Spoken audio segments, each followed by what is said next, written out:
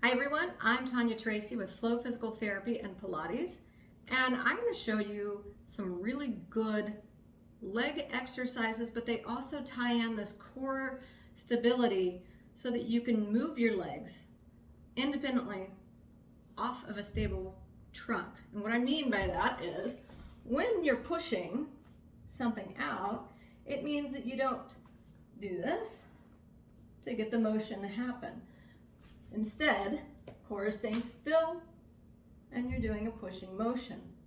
It lets these muscles be way more efficient and it saves the small muscles in your back so that you don't get muscle strains. So I'm using a resistance band.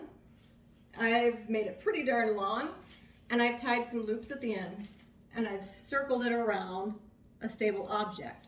You can also tie a knot in the center of it, flip it through a door, close the door on it, and the frame in the door will hold that stable so that when you're pushing, it won't come loose.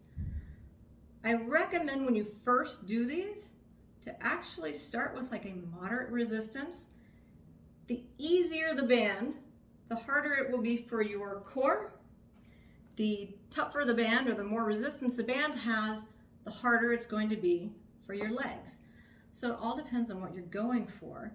So I like to kind of find that nice middle ground and do a moderate one. This band is actually a little bit easy, but that's okay. So you're gonna start by laying on your back.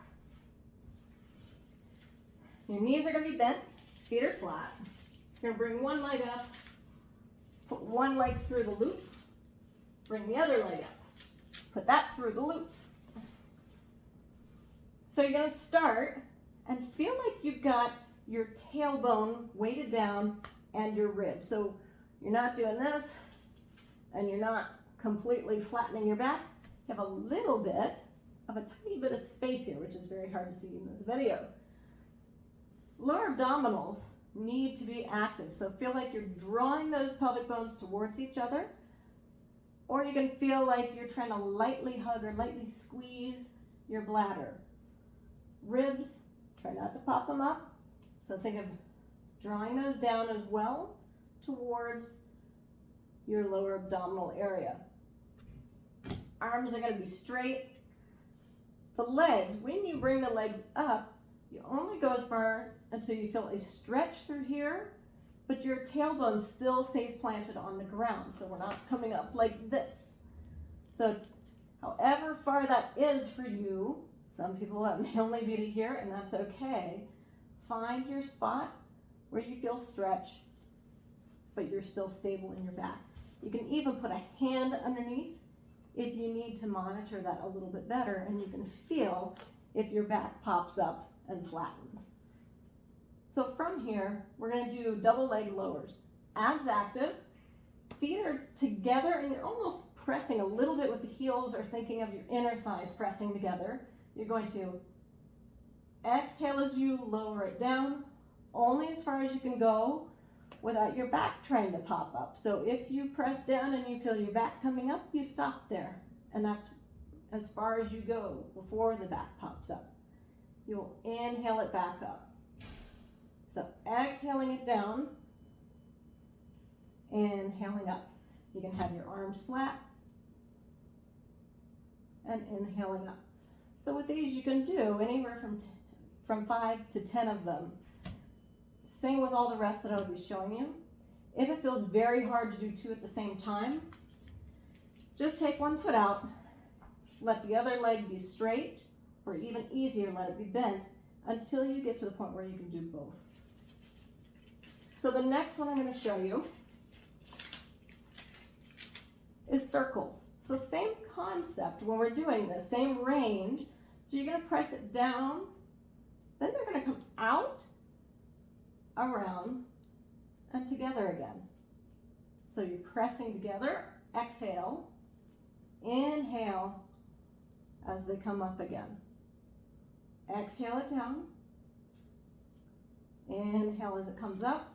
After about 3 to 5, you're going to rotate what you're doing and go differently. So reversing that direction, that's the word I'm looking for. You're going to exhale as you press it down, inhale up. Spread them out, down, back together, and up. All the while trying to keep that low back nice and stable. From here we're going to do frogs. So frogs are exactly what it sounds like. You're going to put your heels together like this. Knees are going wide. And you're going to press it out on a diagonal. Again, the lower you go, the harder it is for your abs. So go only as low as you feel like your body can tolerate. You're going to exhale and inhale.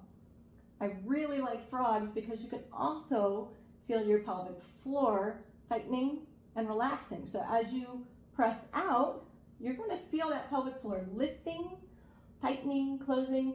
Think of a jellyfish kind of drawing up. And when that comes back in, you're going to inhale and think of jellyfish opening or pelvic floor relaxing, sits bones widening. Exhale with the tension and the pelvic floor lifting. Inhale back in. So with frogs, again, 5 to 10. The last one we're going to do is bicycles. So same position, abs active. You're going to press one leg down and bend it up as the other one starts coming through. As you do this, again, the lower you go, the harder it is, but really feel like as you're pulling that leg up, think about continuing to press down so that we get those hamstrings and those glutes kicking in too. So we're working the back of the leg here, and then you can reverse it.